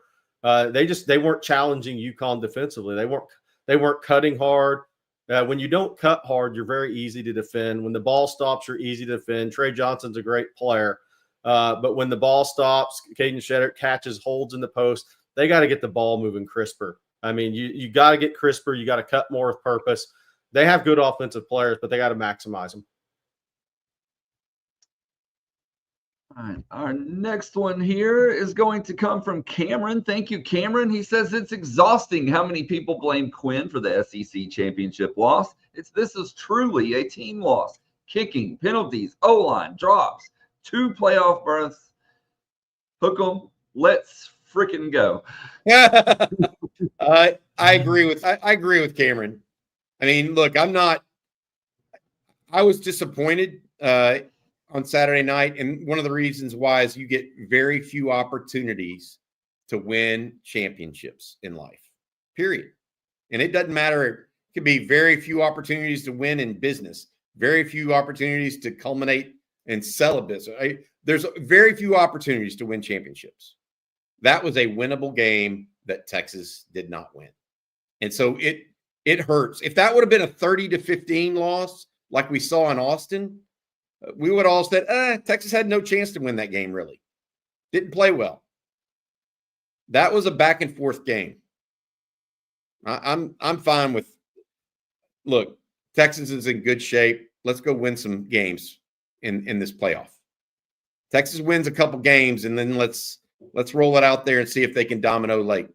Yeah. And then, guys, we need to double check on this just to make sure. But John Mitchell just said Akana in the portal, not unexpected. Yep, Cecilia Akana, that is not unexpected. As Jerry, that's another one that we were thinking that might happen. Cecilia Kana, a young man out of Utah and Hawaii, is now in the portal, as well as Darian Gillette. There will be others. It seems like, Jerry, that we are going to get a run of Texas players to the portal today. We'll see exactly who all jumps in. But as of right now, that's nobody that's really on the depth chart or would be expected to be on the depth chart as it relates to the game against Clemson or going forward. Again, I also want to say this. I do not believe that there are any malcontents in this group of people leaving the University of Texas. So there's a separation there. Jonte Cook at this point can be categorized as that. I really believe that. I don't know that any of these guys that may go in the portal today or this week would otherwise be categorized as that. And look, Akana, he's really struggled to put on the weight on his frame. Yep. I think he can go on.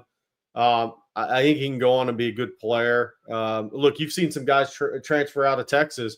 Assuming Texas wins against Clemson, which they're favored by 10 for a reason, and plays Arizona State, Zach Swanson's in the rotation for Arizona State. Xavier Alford is having a really good year at safety for them. I could see Cecilia Kana doing the same thing somewhere. He's a guy who's got pass rush ability. He just doesn't have SEC size. All right, we're going to jump back to some super chats. And let's look at this one from JW Horn. He says, good morning, fellas. I'm checking in from Flower Mound. Did Bond get rolled up on the same ankle that he previously injured? He was obviously upset when it happened. Yes, same one is what I'm told, unfortunately. Same one. And then Matt Henley says, this team will not win a national championship with Trey Wisner getting 90% of the running back touches. He's not a game breaker like Blue. Sark is getting tunnel vision with personnel. You don't win in the college football playoff with 2 fumbles from a running back in a game either, though. Yeah, my take on Jaden Blue is he doesn't make people – he goes down on first contact, guys.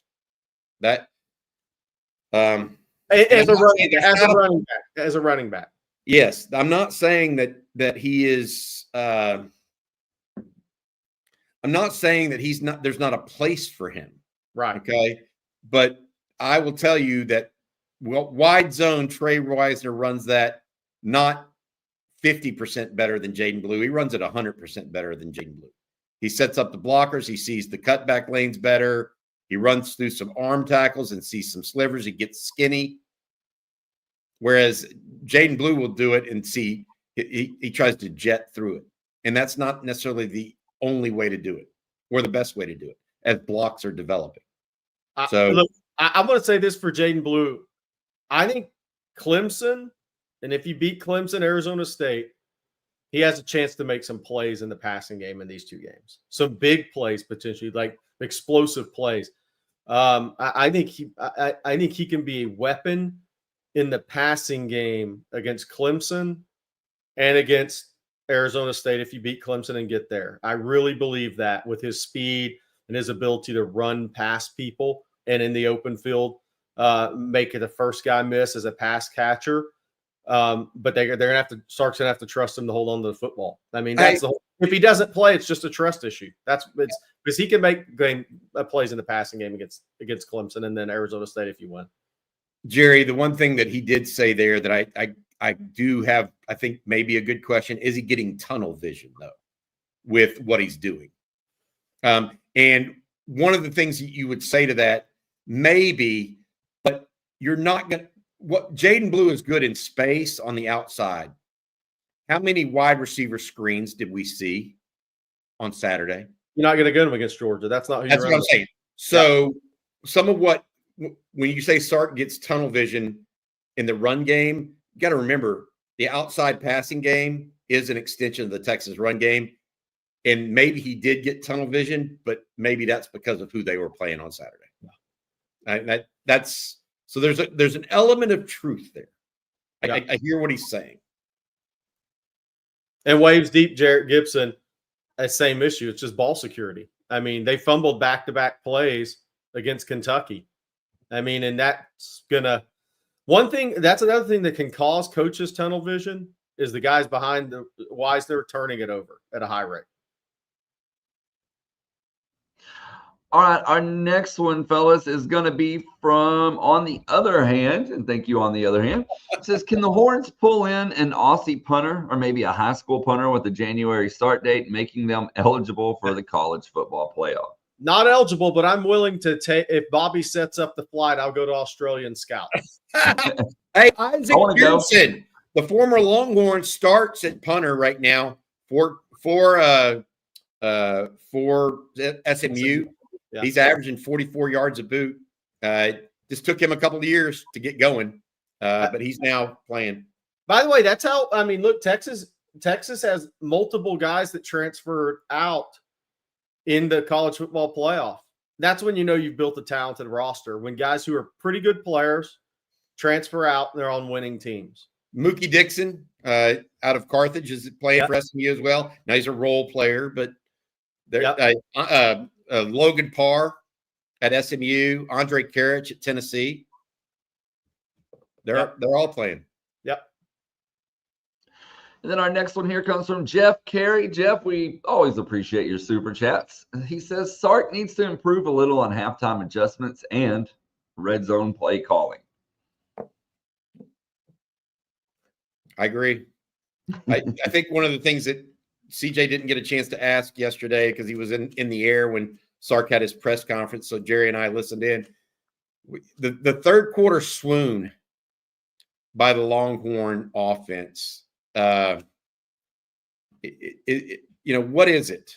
They're not scoring points in the third quarter right now. And so I don't know what to say other than they're moving the ball, but they're just not getting it in the end zone.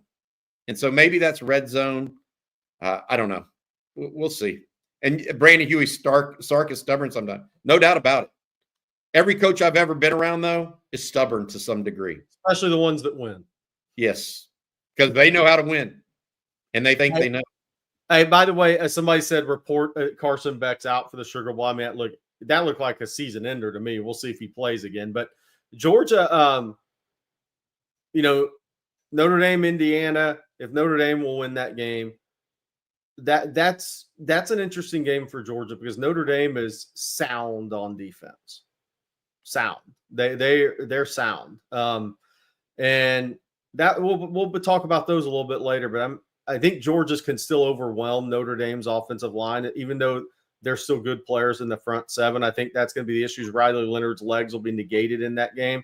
We'll get to more of that if Notre Dame beats Indiana. But Georgia with Gunnar Stockton, they have an issue getting to the championship game, in my opinion, because they're going to play Notre Dame and Penn State after that. No chance they beat Notre Dame if Gunnar Stockton's quarterback. Because I tell you mentioned that Riley Leonard's legs will be mitigated.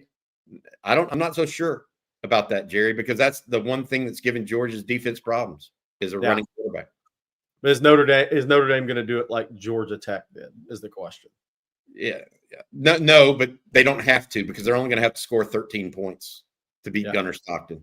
Now that you can prepare for a Gunnar Stockton,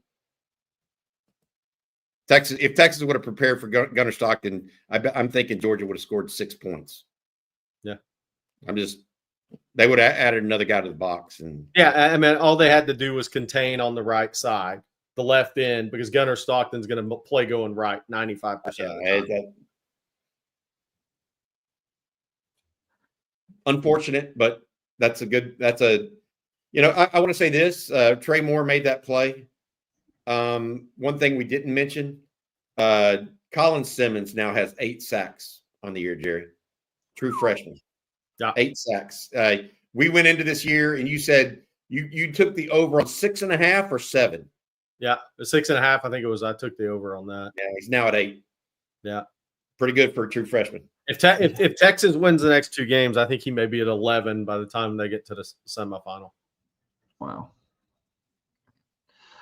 Drainer Flop Shot says, what are the chances that Quinn goes into the portal? I'm a big fan of Quinn, but his draft stock can't go down much more, so I think he can benefit with 1 more year. He's going pro. That decision's been made. It's just not public. Yeah. And actually, the decision to go back to college would be really bad for him. Just go get drafted and take your chances.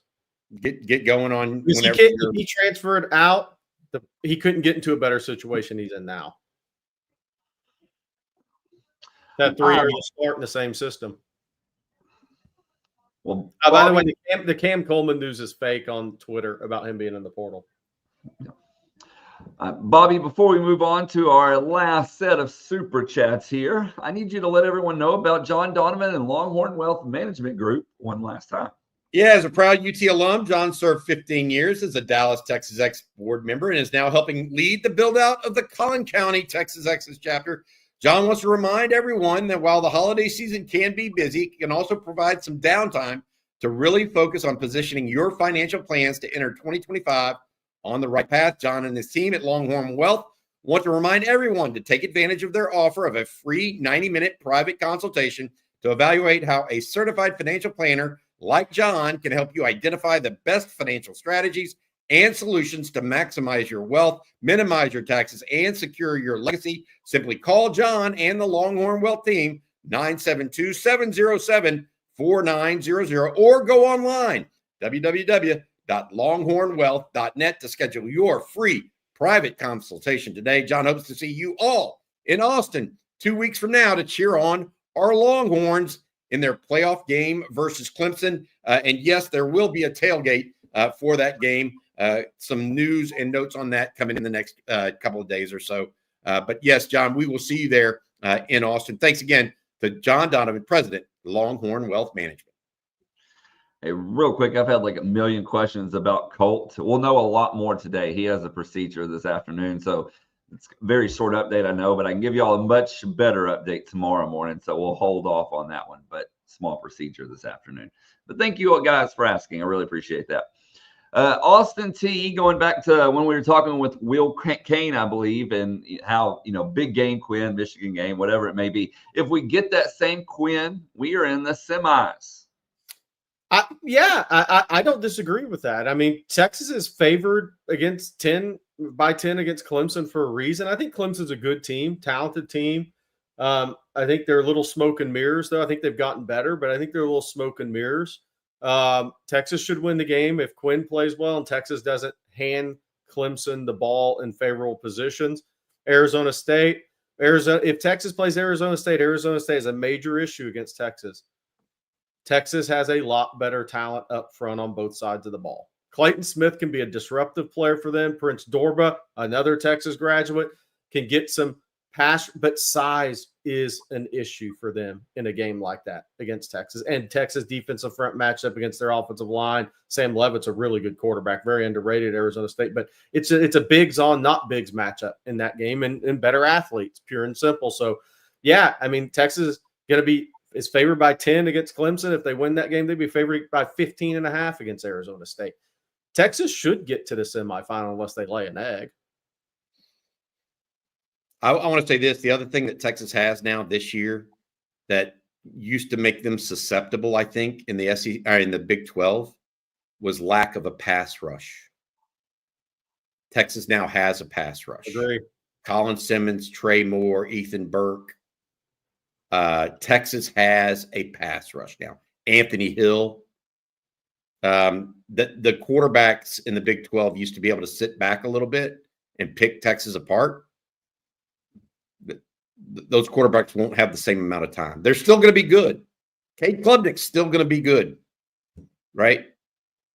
By the way, time not happening. By the way, Texas up to 39 sacks this season. That's the magic number. If you get to 39-40, you're in the ball game as far as a pass rushing team. Through 13 games. Yep, 3 sacks a game. You're in the ball game. Good stuff. Sugar Poppy, formerly Sugar Daddy, says, did Bobby eat the mayo corn dog to celebrate Justice Terry? Did I miss it? Bobby, I do want to point out that, and someone pointed this out earlier, since you refused to eat that corn dog, Texas is now 0-1. Since I've refused to eat a corn dog with mayo, Texas is like 500 and 100. Bobby thinks Texas against Georgia. That's the guy to blame right there. Oh, I forgot who pointed that out in the chat, but I just wanted to bring that to light there. All I right, will Rudy. do it if Texas wins the national championship. I got no problem with that. I Hey, told Bert, you that's the ultimate prize. Hey, The championships are the ultimate prize. I don't know if any of the Texas staffers listen to this show, but if Bert has a right hash kick for the game, hand him a mayo corn dog, and I guarantee he'll make it. Oh man. All right, Rudy here. Thank you, Rudy. We talked about this a little bit earlier, guys, but he says the screens haven't worked against the good competition. They have been scouted. It's frustrating seeing it be called. Dude, I don't know that that's true. I think just I against mean, Georgia. some of them have been. I mean, like Gunnar Helm's one reception came on a screen that was well done. You know, I think that the back screen has now been scouted. A&M scouted it out, and then Texas ran it 2 plays later, and it went for 20 yards. You know, I think that it's a high hit or miss rate play. What's happening is it's going for -2 or +15. You know, take what you can get there. All right, and then let's see. We got this one here from Patrick Nations. He says Texas is the only returning playoff team. Hook 'em. Absolutely true, and that's what we want to hear. You know that we talked about this preseason. We wanted Texas not to be a one-hit wonder. They are officially not a one-hit wonder. No doubt. Okay, so now, in some ways, this is like Mac in the second year returning to the Cotton Bowl. Okay, and he played and lost to a Arkansas team there badly. What we don't want to see is that reversion here against Clemson. We want to see Texas continue to move forward and win more games in the playoffs. So I hear you, Patrick, and I completely agree with you. And I think the future is very, very bright. And maybe not only the quarterback position, but number one recruiting. I mean, dude, Texas is getting ready to be as talented as anybody in college football. I still think Texas is not the most talented team in college football, by the way. I think they're one of a handful, maybe 4, 5, 6, 7, 8, 3, 4, 5, 6, 7, something like that. Texas has a chance if they do well in the portal. Yeah, they have a chance maybe this year or next year to be the most as talented as anyone, if not the most talented. That's how good these classes have been back to back to back. By the way, somebody asked about Sark presser. He did that yesterday. No presser this week. It'll be next Monday of game week. Yeah, and we do have Sark's presser live on our YouTube channel from yesterday. Yeah. You want to check that out. Okay, we got one other super chat to get here too, guys, and it's from T-Ball75. Thank you, T-Ball75. And T-Ball says, could you explain 5 tech and 3 tech to someone who doesn't know all the football lingo? Thanks. Lining up over the guard versus lining up over the center, or the tackle, excuse me. So outside shade of a guard. So outside of the one gap, one technique lines up inside the guard and center on either side of the ball. A 0 lines up straight over the center or shades him. A 3 is straight over the guard or on the outside of the guard, going towards the sideline. A 5 is on the outside of the tackle or straight over the tackle. That's basically it. It's like an Alfred Collins guy that can line up on the tackle or shade the guard. Hope that helps. It basically, if you imagine a line, just the offensive line, it starts at 0 in the middle and goes out each space. 1, 2, 3, 4. A 2 is lined up straight up on the offensive guard, for example. A 4 is straight up on the offensive tackle. You're muted, Blake. Forgot I was muted there. Haven't done that all show and then had to screw it up at the end. That's all the super chats. But before we get out of here, we did have some breaking news with the portal. I reached out to CJ and he hooked us up with this. And so this is a look at your portal entrance as of 10:05 a.m. on Monday morning. Jerry, I'm going to let you go down the list. So this doesn't mean these aren't good football players that can't go on and be good players. Like I think if Akana transferred to an Arizona State, he could be a good pass rusher for them. for sure, and a Prince like Prince Dorba has been.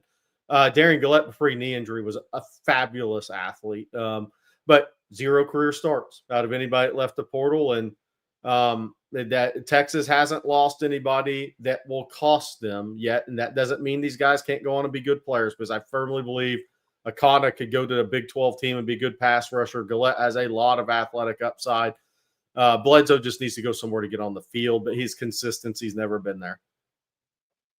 And it's sad because Dre Bledsoe, pound for pound, has been the best athlete in this program since he got there. He is a freakish athlete that the athleticism has never created a consistent interior football player. Also entering the portal today from other teams, Eric Singleton, Georgia Tech wide receiver, who can absolutely fly 10-2 100-meter. Cam Dewberry, offensive lineman that started half the games in his career at A&M. He's leaving. That's an interesting one. Maybe he's getting passed up. Yeah. Or maybe he just doesn't like the Aggies anymore. Other than that, we'll have to wait and see. We know there's a Purdue safety out there. Some other guys we're waiting on as well. And I'm going to put this up there real quick, guys. Here's the departure so far from both A&M and Oklahoma. If I need to make it bigger, I can. I mean, yeah, look, Oklahoma, some impactful. Nick Anderson, obviously Petaway, good young receiver. The running backs, no, they weren't really playing. The tight end, Bauer Sharp, was a multi-year starter for them. At the A&M side, you see Elko churning that roster right now in the year 2. Yeah, look, both of them lose starting quarterbacks who started the season as starters. Oklahoma is done with Jackson Arnold, and Connor Wigman's time at A&M is through. Look at Samu Tamupepe, defensive tackle. Also, Texas looked at him and took Sadir Mitchell over him back in the day, Jerry. Yeah. Big interior defensive lineman. Somebody's saying that people are reporting A&M the front runner for John Cook. I jokingly said A&M Texas week, would he be taking part in Midnight Yell for a reason? We'll see what happens. All right. And before we get out of here, we do have a couple more that just came in. Bradford says, you forgot my super chat. I have went through the list twice now, and I do not see a super chat. There it is, Blake. Thank you. I guess I'm blind because that's not appearing on my end. So thank you for that, Bobby. He says, both times I left the Georgia game wondering why we kept running slow developing plays and didn't go up tempo to wear out the pass rush. What are y'all's thoughts? I thought Texas could have used it a little more tempo. They used tempo in the scoring drive in the second half. I don't think Bradford's wrong. That's my opinion. I'm just making sure that's not on my end, and I do not see it. So my apologies, Bradford. I don't know what the deal is there on that one. Technical glitch, I guess. And then Juan Garza, and we haven't talked about this, but he says prayers up to Jonathan Brooks. Brooks, of course, suffered an injury yesterday in the game. So thank you for that, Juan. And yes, prayers up to Brooks. So okay. Steve Foster said Georgia Tech had no problem with UGA front. Totally different offense, though. I mean, it's just totally it's an option-based offense, guys. Option-based offense with quarterback that ran it 24 times up the middle. Hey, I want to mention this last one before we get going. Jonathan Brooks yesterday. If y'all didn't see this, he plays for the Panthers, so you don't see it much unless you really follow this stuff. Jonathan Brooks had a non-contact knee injury again yesterday, guys. A young man that played his heart out for Texas from Hallettsville. I think it's only his second game back after recovering from an ACL a year ago. Same knee, by the way. So tough luck for Jonathan Brooks. I know he's hurting. I texted with his agent yesterday evening. Y'all be thinking about him a little bit because he's got to get back to where he can eventually play football again. Maybe. Thankfully, he went really high in the draft and made some money. If things don't turn out his way, very very difficult. He needs to take a long time off to give him a self chance. May need to do the Priest Holmes route, right? Yep. I mean, Priest Holmes had three ACLs and still had a 10-year NFL career. There is precedent, is my point. there's precedent. He just may need to take next season off to give himself some extra time. It may be that time for him after back-to-back. All right, guys. Well, that's going to do it for today's episode of Coffee and Football, presented by John Donovan and Longhorn Wealth Management Group. We want to thank them, along with Manscaped, Public Rec, and Factor, and Tecovas for all sponsoring today's show. By the way, Christmas time is right around the corner. What are we, about 15 days or so, 16 days until that? So head on over to shop.ontexasfootball.com. Stock up on stocking stuffers. Buy them for yourself. Buy them for your friends and family. Bobby's got hats, mugs that he's stocked up on and ready to send out there to y'all. So that, again, shop.ontexasfootball.com. Pick you out some OTF swag and get after it. We appreciate that. Be sure to check it out. And Bobby, what do you got later today? Oh, man. Second watch with Rod Babers is at 11 a.m. We're going to have that out. We've got the winning drive this afternoon. Coach Shipley gives his thoughts on the game, as well as CJ Vogel joining him and Rod Babers. Then tonight we have Talking Ball again. We also have, look, news is going to be coming fast and furious. We've already seen 2 new players from Texas go in the portal today. We're going to see more. If you want to keep track of that, make sure that you are using and on the situation at ontexasfootball.com. We will have all the news and information we can get there. Jerry, by the way, has already started previewing the class of 2026 and delivering some nuggets on what Texas might be doing in that regard as well for the next. I'm expecting a couple of offers this week in 2026 on the defensive front. It's on TexasFootball.com. Who that is? Yep. Okay, and one other one real quick. Miracle Martinez. Thank you, Miracle. Says prayers up for your family and morning's procedure. Definitely appreciate that, Miracle. So thank you so much for that. And by the way, if you haven't already, be sure to hit that like and subscribe button, ring the bell so you're notified anytime that we go live or post content. We're now over 65,000 subscribers. That's absolutely amazing, and we couldn't do it without your support. So a big thank you all for supporting us each and every day right here on Texas Football. And we'll be back same time, same place tomorrow. So for Bobby Burton and Jerry Hamilton, I'm Blake Monroe, and we'll see you then. Hook 'em.